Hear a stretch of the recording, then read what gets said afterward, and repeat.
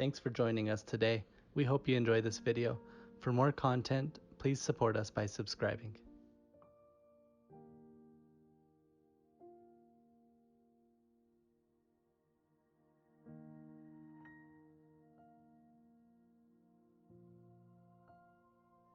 What makes someone brave? There's so many times where I read stories, and you do too, of somebody who has the courage to do extraordinary things, whether someone's there or not, whether they're in a group or not. Plato said that courage is knowing what not to fear. I find that when people fear, it's manifest in procrastination. It's like, I don't want to make that phone call. I'm a little afraid to. I'm nervous about what someone's going to say. Maybe they're going to reject me, so I'm not going to make the phone call. I'll do it tomorrow. Maybe when I'm in a little more courageous mood, or maybe they're in a better mood. Fears manifest in toxic perfectionism, the idea that I can never be good enough, and beat yourself up. Fears manifest in what they call imposter syndrome. That's really a collection of feelings that you're inadequate, even though there's evidence that you're not. Imposters have this feeling of chronic self-doubt when they can look around and say, there's evidence here that I know if I paid attention to would say I'm actually doing things really good, but I'm going to keep doubting myself anyway. Imposter syndrome. Fears manifest in worrying.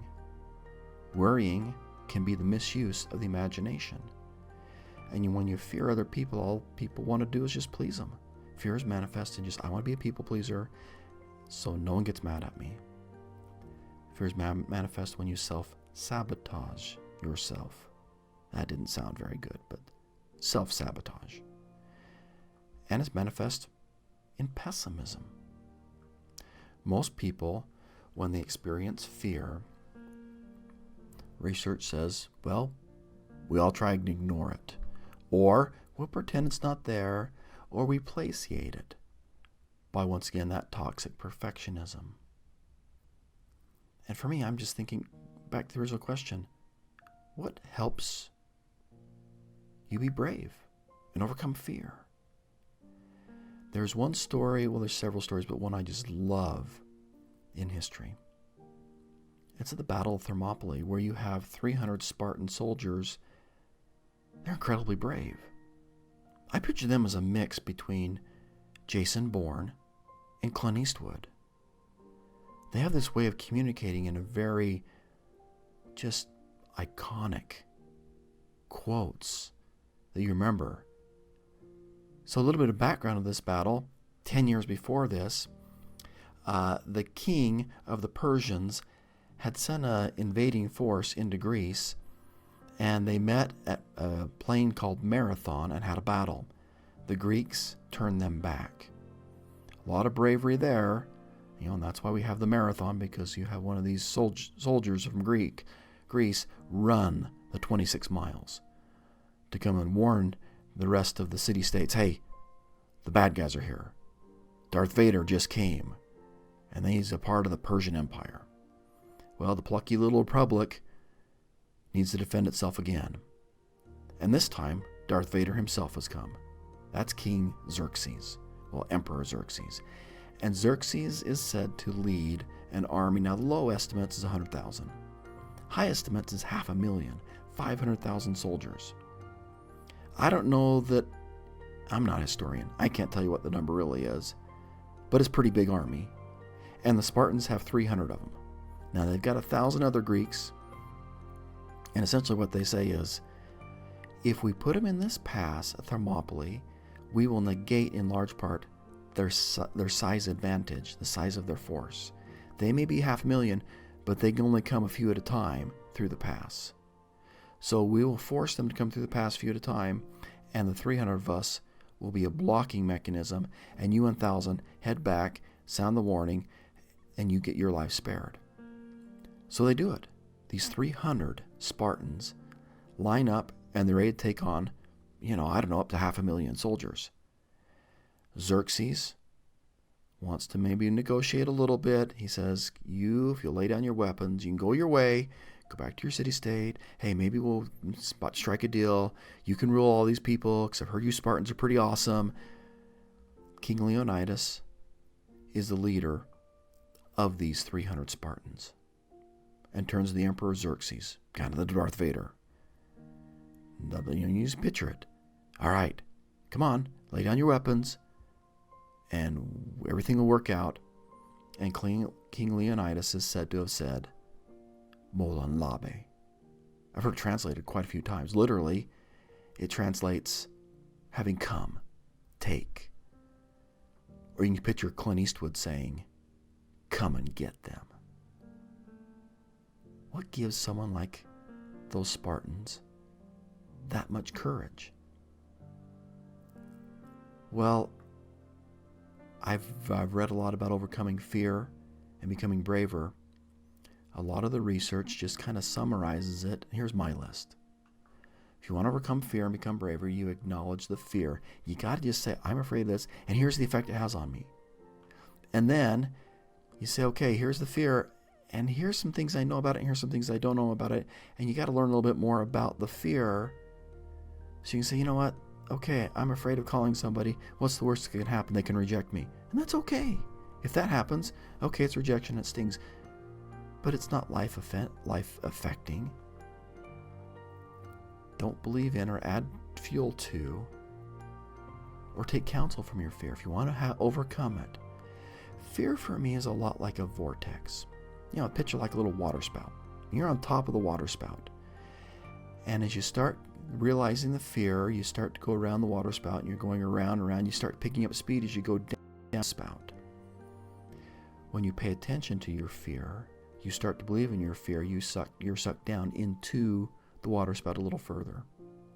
When you start to take counsel from the fear, you start realizing, I'm a little dizzy, and that makes you a little more dizzy. You become dizzier and your speed increases. You have to find a way right up front to say, I realize I'm at the top of the water spout. I realize what's going on if I go down the water spout. And here's what I'm going to do not to go down the water spout. Maybe part of that is I got to reframe my perspective and realize it's safer up here at the top. To overcome fear, you also can reach out and create a community. Friends, family. That helps you with your decision today, but I found that becoming united with a positive community helps your tomorrows. See, creating community today helps you increase your willingness to act in positive directions. Being united with a community increases your fortitude to act in a positive way even when your community isn't present. One last thing I'd add to the list, overcome fear and become braver, is think less of yourself. Look up for opportunities to fulfill your responsibilities. Now I'm going to add one more thing that research kind of has, that it's an interesting thing that sometimes people find a lot of courage in what they wear. They have little talisman, or, for some athletes, I got my lucky socks. If I wear my lucky socks, I'm going to have a great season. I'm going to have a great game. And maybe if I don't wash my lucky socks, I don't wash my lucky socks, I'm going to have an outstanding season. I'm going to be all state. I'm going to be all pro. Sometimes, I don't know, maybe it's just like the horseshoe. We have these little trinkets, traditions, talisman, that makes us think hopefully we'll be a little bit better than what we really are. And I'm going to add one more because my daughter has a necklace and it has a Deathly Hallows symbol on it. I don't think she thinks that's her talisman, but sometimes we have symbols. The question is, what happens when these external things are taken away from us? And maybe Mom washes our lucky socks. That was a thought that came to me as I read one of the quoted chapters of Isaiah in the Book of Mormon.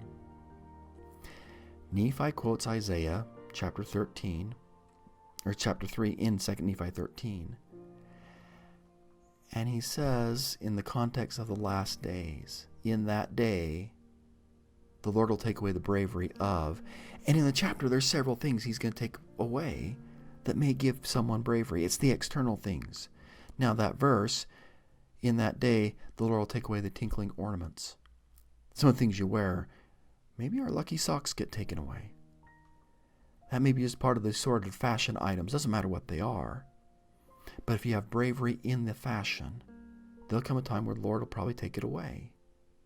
Isaiah prophesies that there's also unrighteous people that you look up to that maybe are taking you down a wrong way. One day will be taken away too. So can military power be taken away, especially if that's what's giving you bravery or intellectual superiority? This chapter seems to kind of, for me, lead me in a direction that one day God's going to take away things that make you brave that are external. Elder Bednar put it this way: the trends of the world frequently promote a false individuality that is nothing more than a superficial and curious outward conformity. True individuality is the product of spirituality and is not a function of trinkets or ornaments or lucky socks, okay, that wasn't there, or ornaments attached or to or hanging from parts of our body. So for Isaiah, those ornaments may give someone bravery. So instead of true individuality, I just changed a few words, fitting it in the context of Isaiah chapter 3, as quoted in the Book of Mormon. Things of the world frequently promote false courage. That is nothing more than a superficial and curious outward conformity. True bravery is the product of spirituality and is not a function of trinkets or ornaments attached to or hanging from parts of our body. True and lasting bravery comes from some of the things that Nephi and Isaiah teach. Now, going back a couple chapters, when Nephi is saying, I'm going to quote a little bit more of Isaiah, he says, I'm going to tell you a little bit why. And one of the first things he does is acknowledges the power of God and its effects on him. And it makes him a little braver. So now I'm going to read a little bit from 2 Nephi 11, where Nephi says, I'm going to quote a little bit from Isaiah, because my soul delighteth in his words. And then he goes on to say, here's why I delight in Isaiah's words. In verse 4, my soul delighteth in Isaiah's words, in proving unto my people the truth of the coming of Christ. Christ with us and knowing about him gives us bravery. Verse 5, my soul delighteth in the covenants of the Lord, because covenants with God have an effect on us. They bind us to God and give us confidence. Verse 5 once again, so my soul delighteth in the covenants of the Lord, which he hath made to our fathers, yea, my soul delighteth in his grace. And God's grace transforms us. His grace, and in his justice and power, which empower us. And his mercy and the great and eternal plan of deliverance from death. That mercy encourages us and gives us hope. My soul delighteth, verse 6, in proving to my people, save Christ should come, all men shall perish. There's some bravery that you get from believing in Christ. He goes on in this verse to talk about when you strive to learn from God, his words lift up our hearts and cause us to rejoice. Nephi says, and now I write some of the words of Isaiah, that whoso of my people shall see these words. Now the context is last day, and we're seeing his words in the Book of Mormon. Shall see these words, may lift up their hearts. When we lift up our hearts, we are brave. We have courage because it comes from God and it's lasting. May lift up their hearts and rejoice for all men. The words of Isaiah don't just affect us and give us bravery, but can help bless all those around us. Now these are the words that you may liken them unto you and to all men. We believe in God because that gives us bravery. We focus on him because that gives us hope and encourages us. And we take counsel from him. Isaiah 41:10 says, fear thou not, for I am with thee, be not dismayed. Now that word dismayed in Hebrew is kind of like to gaze around unsure. You're looking to the left, you're looking to the right, like I'm not really sure which way to go.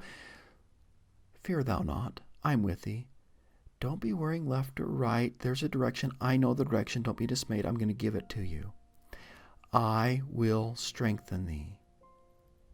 I'll help thee. I'll uphold thee in the right hand of my righteousness. Now, one of the experts on Isaiah, Moiter, kind of gives a comment on this that's kind of like, if you want to translate it, there's a little emphasis there. It's, I'm thy God, I'll help thee, I'll strengthen thee, and hey, yes, I will help thee. And then he amplifies it. Yeah, you know it, I'm going to uphold you by the right hand, the covenant hand. I'm going to uphold you by the covenant of my righteousness. Bravery comes from having an eternal perspective. And in this chapter, in verse 13, Isaiah, Nephi quoting it, says, the Lord stands up to plead. And I picture that standing up happening right now. Cross-reference for me to this that I put in my scriptures is Doctrine and Covenants, section 45, verses 3, 4, and 5, where it reads, listen to him who is, not past tense, not future tense, present tense, right now. Listen to him, and Christ is speaking, who is the advocate with the Father, who is pleading your cause, right now, your cause before him, saying, Father, behold the sufferings and death of him who did no sin, in whom thou wast well pleased. Behold the blood of thy Son, which was shed, the blood of him that thou gavest for thyself might be glorified. Wherefore, Father, and I picture him looking at us, spare these, my brethren, that believe on my name, that they may come unto me and have an eternal life, or everlasting life. In Isaiah's day, when you would stand up, it's more of a law kind of a court-looking thing. You're going to stand up. You're going to be in the presence of a king. The Lord will stand up to plead for us. And standeth, in verse 13, to judge. There's an eternal perspective. One day we will stand before Christ. He will be standing, maybe we'll be kneeling. But he is going to be the judge, not those around us. And there's bravery in being able to say, I'm going to do what Christ wants me to do, because when I'm in his presence, I want to be able to look at it in his eyes and know I did my best. There's also something else that he teaches, Isaiah, that we can become united with a community of saints that say, verse 10, to the righteous, it's well with thee, well with you, for they shall eat the fruits of their doings. Look, you're a saint, and you will eat the fruit of your doings one day when you stand before God and he judges you. And the wicked, or those who don't follow Christ, they'll eat the fruits of theirs one day too. Don't worry about that. Don't be judging them. You worry about you. Let's fortify you. Because once again, having a community of saints helps you in your decisions today. Being united with a community of saints helps your tomorrows. Helps you have the fortification in your heart and the courage to be able to stand up to what you believe in, to be able to be a Christian, to be able to be a disciple.